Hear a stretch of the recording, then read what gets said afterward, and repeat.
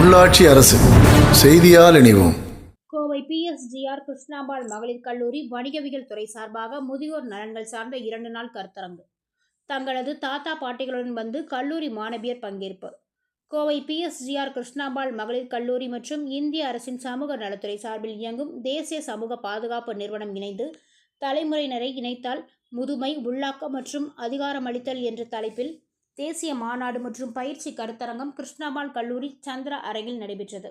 2 நாட்கள் நடைபெறவுள்ள இதற்கான துவக்க விழா கிருஷ்ணாம்பாள் கல்லூரி சேர்பர்சன் நந்தினி ரங்கசாமி தலைமையில் நடைபெற்றது. இதில் கல்லூரியின் செயலாளர் டாக்டர் யசோதாதேவி அனைவரையும் வரவேற்று பேசினார்.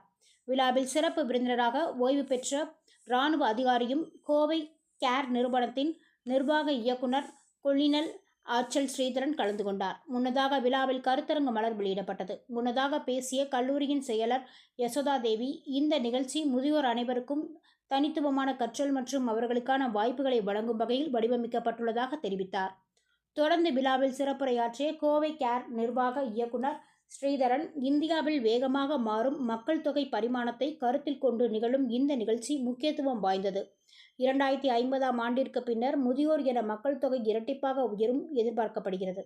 இந்நிகழ்ச்சிகள் மூலம் முதியோரின் உரிமைகள், சுகாதார விழிப்புணர்வு, டிஜிட்டல் பயிற்சி, மனநலம், நிதி பாதுகாப்பு மற்றும் மரியாதையுடன் கூடிய அனுபவ மேம்பாட்டை ஊக்குவிக்கும் என அவர் தெரிவித்தார். நிகழ்ச்சியில் தங்களது தாத்தா பாட்டிகளுடன் கல்லூரி மாணவியர்கள் கலந்து கொண்டனர். 2 நாட்களாக நடைபெறும் நிகழ்ச்சியில் முதுமையை பற்றிய தவறான நம்பிக்கைகள், முழுமையான உடல் மற்றும் மனநலம், ஊட்டச்சத்து மற்றும் இயக்கத்திறன், டிஜிட்டல் பயன்பாடு, நிதி பாதுகாப்பு போன்ற தலைப்புகளில் முன்னணி நிபுணர்கள் சிறப்புரை வழங்க உள்ளது குறிப்பிடத்தக்கது.